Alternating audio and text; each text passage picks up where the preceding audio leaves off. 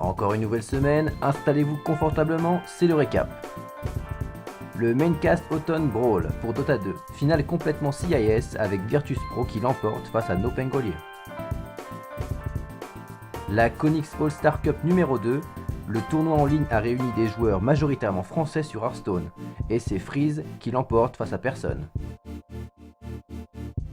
On voyage jusqu'à Singapour pour la CA Major 2018 sur Tekken 7. Le joueur coréen Jeonding l'emporte face à AK. Et pour finir, la Rocket League Championship Series saison 6 côté Europe. Nous avons eu 4 équipes qualifiées pour les phases finales avec entre autres Team Dignitas et le PSG eSports. Et voilà, donc petite vidéo très sympathique. Encore une fois, Pedro nous a régalé.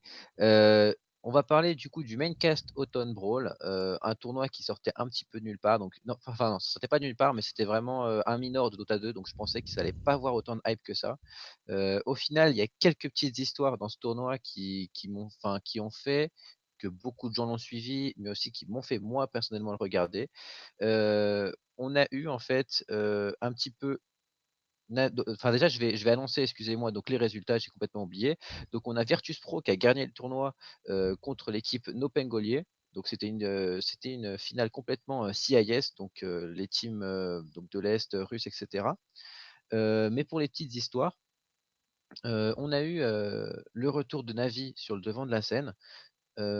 Navi qui sont un petit peu en reconstruction en ce moment, donc Navi, Natus, Vincere, ils sont en reconstruction et ils ont notamment perdu leur joueur emblématique qui est Dandy, et ils se sont retrouvés à jouer contre la Team Secret. Team Secret qui, donc leur mid laner c'était Mid One, mais qui n'était pas là pour l'occasion, donc ils ont pris un stand-in. Ils ont pris Dandy comme stand-in. Et en fait, ce qui est justement bizarre, c'est que Dandy n'est plus chez Navi, mais il s'est retrouvé quand même à jouer contre Navi. Et c'est ça qui a un petit peu ramené de la hype autour du tournoi pour savoir est-ce que Dandy vraiment méritait de partir de chez Navi ou pas. Bon, au final, ils se sont fait écraser Navi pour le premier match. Et ensuite, ils ont perdu les 2 matchs d'après. Donc maintenant, sur Reddit, etc., c'est un petit peu, voilà, Dandy, il devait partir, il est trop vieux, etc. J'aimerais un petit peu ton avis, enfin votre avis plutôt à tous les deux sur Dandy. Je sais pas si vous connaissez un petit peu le joueur. Moi, je connais un petit Malheureusement, non. peu Dota, je connais un petit peu, mais Et tu connais Dandy, c'est bon? oui, je connais le joueur d'Andy. Après, En gros, je sais pas quelle est la question que tu veux poser dessus. chez Navi, il a joué 8 ans. Il a été chez Navi pendant 8 ans, ce qui est vraiment une longévité extrême pour un joueur professionnel qui normalement va de team en team. Et donc il a été libéré il y a 1 ou 2 mois, quelque chose comme ça. Et moi, j'aimerais savoir votre avis. Déjà, est-ce qu'il méritait de partir comme ça un petit peu par la petite porte? Et sinon aussi, là, je crois qu'il a 29 ans.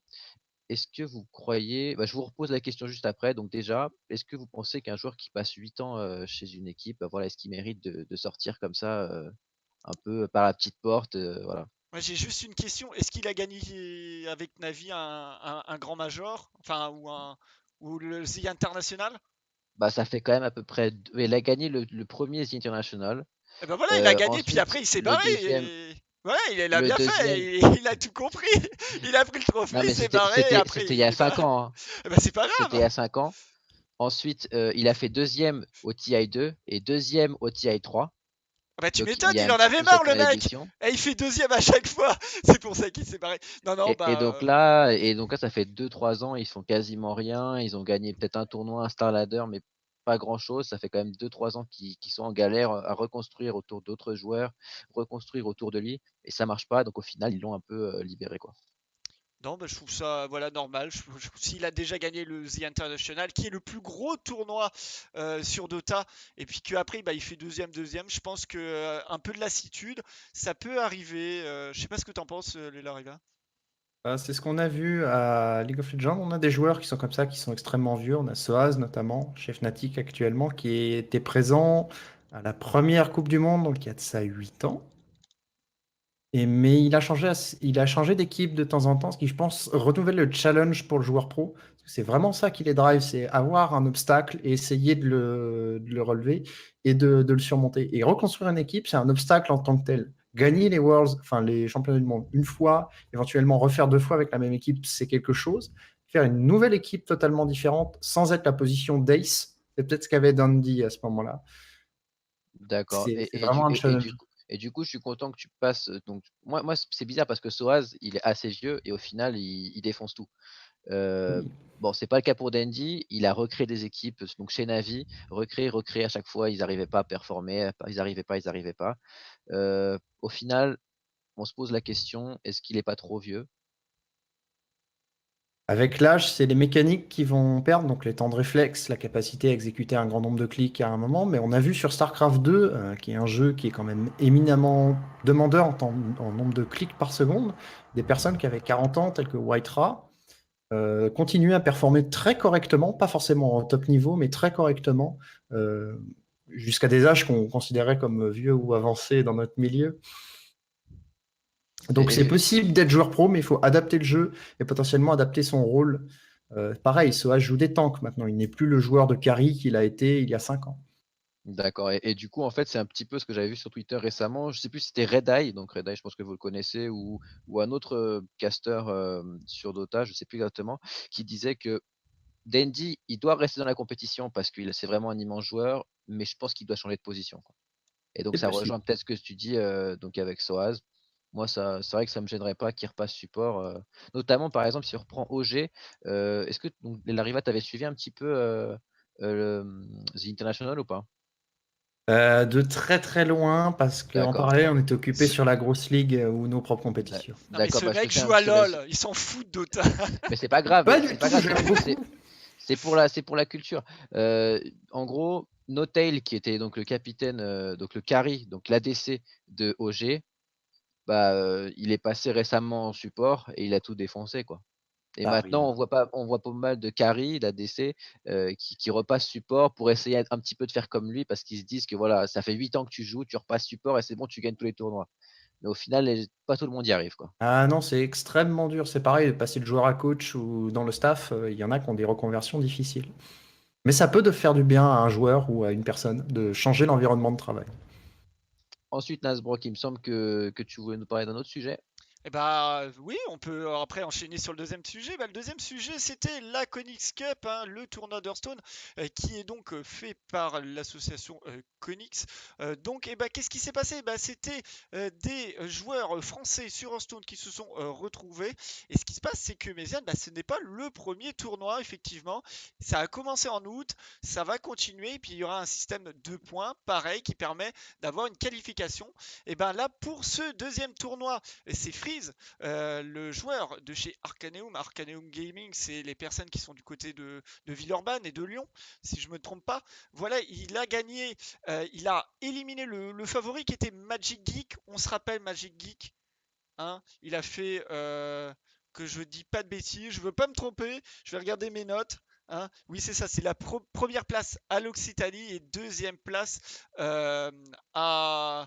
Ben, je sais plus, voilà, deuxième place à Metz. Ah oui, à l'Arma Cup à Metz. Donc, ce sont des grosses compétitions, on l'attendait. Il a été sorti par son compatriote. Voilà, puis bah, il a gagné après en finale contre personne. Donc, Voilà, personne.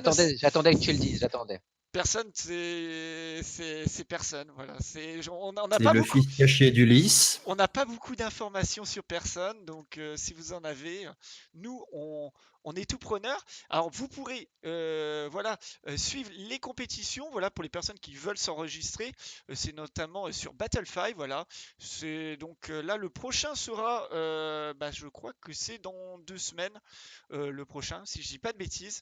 Donc voilà, vous avez des compétitions comme ça en offline. Et puis bah, Lelariva a un petit peu déjà parlé voilà, de la diffusion. Est-ce que, voilà, en termes de. Bon, Hearthstone, c'est un jeu de cartes, c'est pas comme l'autre, mais est-ce qu'on pourrait voir un format spécifique étudiant? On se rappelle que DreamHack avait tenté de faire un système comme ceci pour pouvoir bah, gagner des places et pouvoir participer à la LAN de la DreamHack. Est-ce que c'est envisageable? Alors, il se trouve que l'année dernière, on avait un tournoi Hearthstone dans le sein de la Student Gaming League, qui était la compétition étudiante qu'organisait le SGN. Et les deux meilleurs joueurs ont défendu leur titre de champion de France étudiant, donc du coup, au GG Festival à Paris l'été dernier. D'accord, ok. Et donc, n'hésitez pas, hein, si vous voulez voir tout ce qui se passe sur Hearthstone, n'hésitez pas d'aller faire un coucou du côté de chez Konix. Voilà. Péziane, troisième sujet, on va parler castagne. Avant, je sais pas si on a encore un peu de temps, mais moi Ah je non, trouve Pedro, il me dit à côté que c'est pas possible pour ce Ah, bon, bah, sujet-là. c'est pas grave, on Ça en sera reparlera pour le plus tard.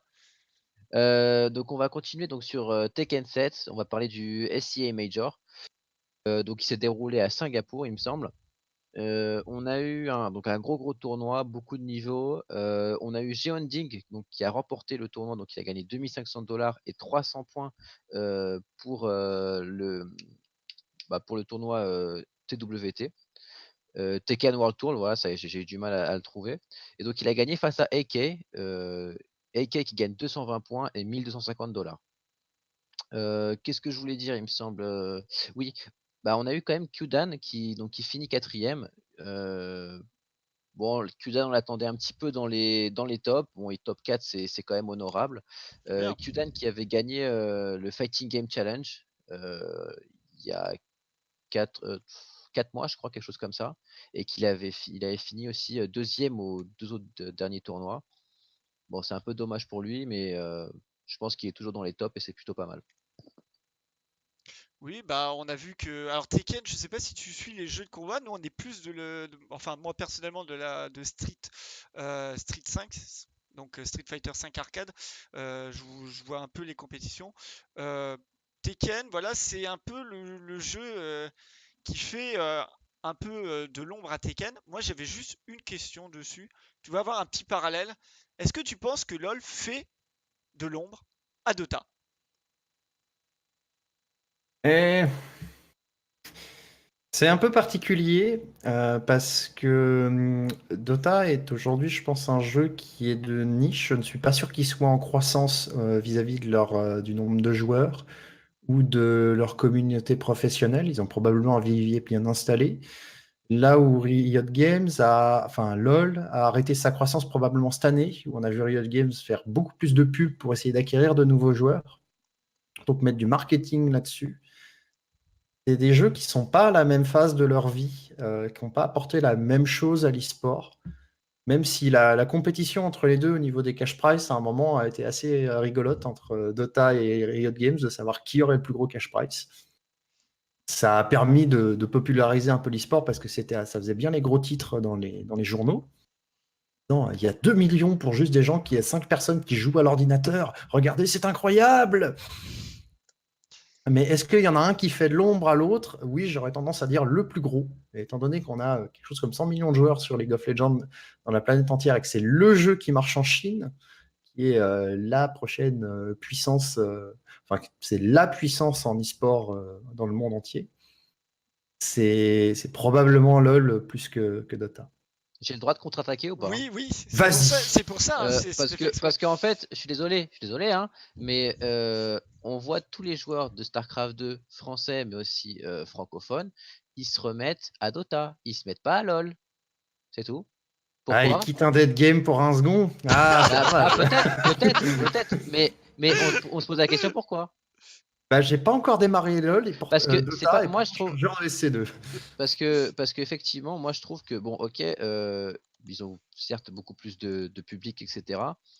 Mais je trouve que Dota 2, enfin, moi personnellement, j'ai plus de plaisir à y jouer.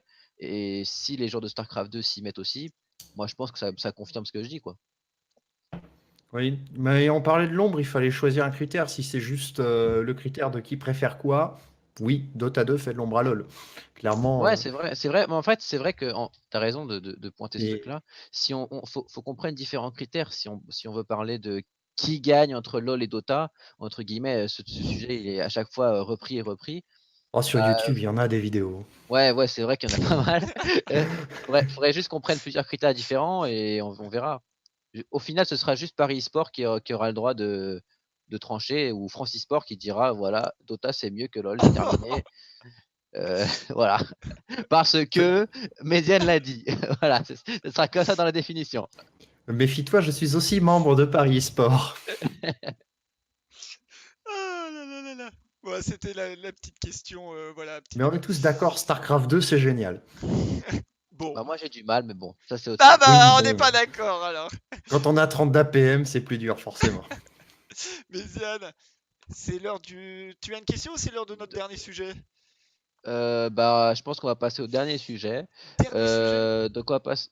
Ouais, dernier sujet. Donc Rocket League Championship Series. Là, j'ai réussi. Ouais, bravo. Ah bah c'est toi qui le fais en plus. Oui, C'est c'est c'est pour ton ça. sujet en Non, plus. mais Eh bah, si je suis tu veux le vraiment faire, désolé. je te le laisse, hein. Tu vois, je Non. jette tout et vas-y, fais-le. Non, non, non, merci Méziane. Donc effectivement, le dernier sujet, c'est le Rocket League Championship Series. Effectivement, sixième saison. Donc on avait donc au niveau de week-end dernier donc les qualifications pour ce qu'on pourrait appeler les Worlds. Et donc on avait à la fois du côté européen et à la fois du côté américain. Au niveau des personnes qui se sont qualifiées, eh ben, on a vraiment du beau monde. Déjà, du côté de nos amis américains, on a eu la surprise, c'est Energy qui a éclaté tout le monde, alors que Cloud9 était favori. Cloud9 ne se positionne que troisième. Deuxième pour G2 qui vont défendre aussi une belle équipe, un bel alignement de joueurs. Et puis, on va avoir le quatrième, c'est Evil Genesis qui revient. Donc, on n'a pas souvent, on les voit pas sur ce type de jeu-là. Voilà, ils reviennent sur Rocket League. Du côté européen, on a bien sûr la meilleure équipe. Team Dignitas, hein. On pense à Kaidop, hein, le joueur français qui est dans cette équipe, avec en plus Turbo Polza, plus Violette Panda. C'est vraiment l'équipe qui écrase tout le monde. Et puis qu'est-ce qu'on va pouvoir voir? On va pouvoir quand même le PSG qui est arrivé quatrième. Flipside Tactics, j'adore cette équipe, j'étais obligé de le dire. Voilà, c'est mon ancienne équipe CS de cœur qui est arrivé troisième. Et pour ce qui est de la deuxième position, eh ben, c'était un mix qui est fait avec Remco, le néerlandais. Voilà, donc pour moi, petite question, Léla Riva, voilà, on voit ce système qui se rapproche vraiment du système de LoL avec une période, une saison qui se fait, puis à la fin des playoffs. Est-ce que, en termes de compétition, on est obligé de se tourner vers ce type de format-là? Et puis, tu vas me dire pour le cas spécifique de LoL, ou est-ce qu'on pourrait faire une saison sur l'année, voilà, sans playoff? Ça va surtout dépendre. En fait, je pense que les formats de saison sans playoff ou ce qui est un championnat ou de saison avec playoff à la fin, ça va surtout dépendre de quel modèle sportif on va vouloir utiliser pour l'e-sport. On a tendance à s'inspirer de ce qui se fait au sport. Bon, pour les modèles avec playoff, c'est la NBA. Pour les modèles avec ligue, ça serait plutôt, je sais pas, la Ligue 1 ou n'importe quel championnat, en fait, quel que soit le sport. Insérer le sport que vous souhaitez à cet endroit-là. Et je ne suis pas sûr qu'il y ait un format mieux que l'autre. C'est aussi des histoires culturelles. Aux États-Unis, ils ont plutôt tendance à faire des formats en NBA. En Europe, on a beaucoup plus de championnats, je dirais. Et ça va dépendre de qu'est-ce qui va driver la création de la ligue. Si c'est les Américains, on va avoir plutôt des systèmes à la NBA. Si c'est les Européens, on risque d'avoir des systèmes à base de championnats. Plutôt comme ça que je le dirais. Eh ben c'est parfait. D'accord, et puis moi j'aimerais ajouter aussi qu'ils n'ont pas copié que le système de LoL, hein. Ils ont copié aussi quasiment le nom, hein, parce que ça s'appelle quand même RLCS. Hein. Non? Pas mal. Bah, Après, RLCS. League Championship Je Series, je sais. pense que tu rajoutes basket ou football ou machin, ça marche aussi. Bah ouais, bon. Bon, on peut dire que tu fais les LCS de Rocket League, bon, bref.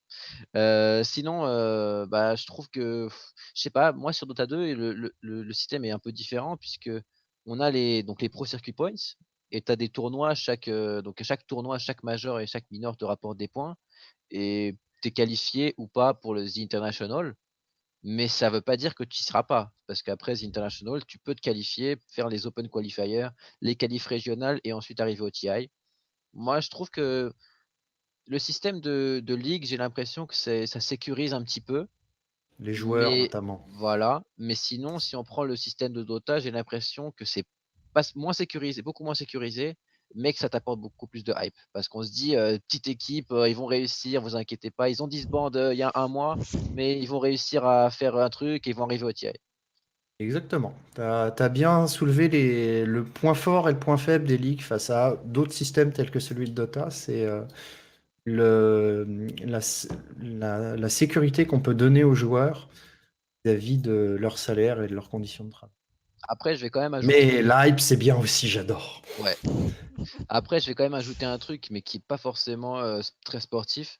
Moi, franchement, les prochains tournois, là, je vais quand même les regarder, que ce soit donc le Konix pour Hearthstone, mais aussi donc ce tournoi pour Rocket League, parce qu'il y a vraiment des joueurs qui sont dans le top, qui ont vraiment des pseudos vraiment que j'apprécie beaucoup. Au PSG, on a Chaussette45. Franchement, Oh, rien que pour ça, rien que son pseudo, j'ai envie de voir son histoire à ce mec, tu vois. Franchement, il gagne des c'est. points. Ouais, il gagne des points. Franchement, c'est vraiment cool d'avoir des pseudos comme ça. Je sais pas ce que t'en penses, Nasbrock. Bah écoute, moi j'en avais un sur Hearthstone là et il s'appelait, attends que je retrouve parce que franchement c'est pas mal Bah, aussi. rien que personne, C'est hein, personne, c'est pas mal. Karaté Swag 22. Karaté Swag 22. Donc voilà. Donc bah il y Mais a après, tout, hein, il y a tout dans les pseudos. Hein. Bien sûr, nous ne jugeons pas, hein, vous savez, hein, ouais, on n'est regardez pas là nos pour pseudos. juger. Hein, je crois que j'ai le pire. Juste un Mais conseil on pour est. les joueurs quand vous choisissez vos pseudos, faites en sorte que ce soit prononçable par le caster, sinon il ne va pas vous appeler par votre pseudo. Et je parle d'expérience. Ok, bah en fait, moi, les pseudos, je m'en fous. Moi, c'est juste que j'ai envie de voir la personnalité qu'il y a derrière. Et même en interview, moi, je fais beaucoup d'interviews. Et si un jour je peux faire une interview de quelqu'un et que je dis, bon, bah, Chaussette45, comment s'est passé le tournoi pour Pseudo. toi? Tu vois, ce serait trop bien, tu vois. Mais Salut voilà, donc du chaussette. coup, on va.